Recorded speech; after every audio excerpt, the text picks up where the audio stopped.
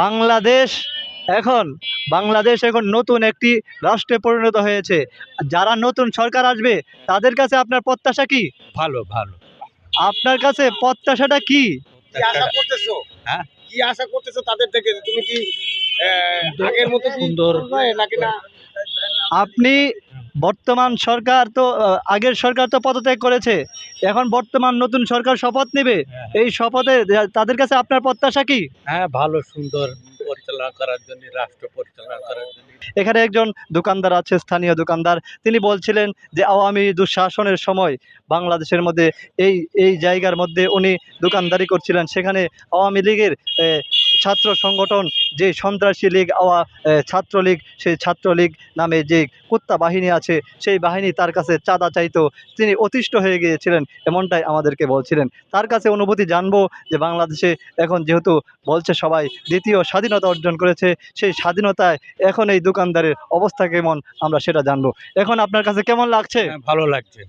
ভালো লাগছে, খুব সুন্দর পরিবেশ ফিরে এসেছে। হ্যাঁ, স্বাধীনভাবে দোকানদারি করতে পারবে। আপনি তো দোকানদারি করছিলেন, দোকানদারির সময় তো ছাত্রলীগ আপনার উপর চাঁদা দিয়ে চাঁদা চাচ্ছিল সেই সময়।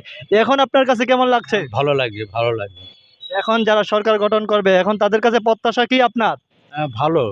নতুন প্রজন্ম মানে সুন্দর সমৃদ্ধির দিকে এগিয়ে যাচ্ছে।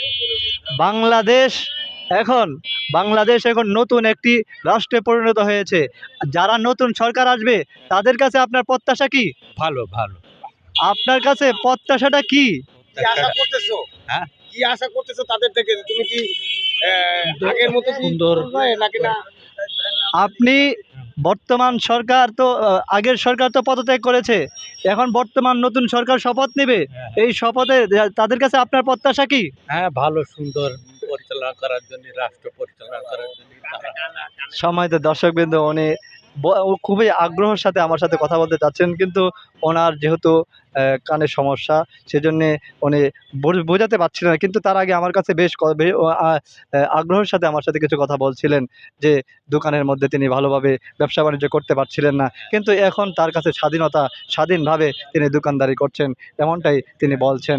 এবং তার কাছে প্রত্যাশা, সারা বাংলাদেশের মানুষের কাছে প্রত্যাশা যে সারা বাংলাদেশে শান্তি ফিরে আসবে, এমনটাই বলছিলেন তিনি।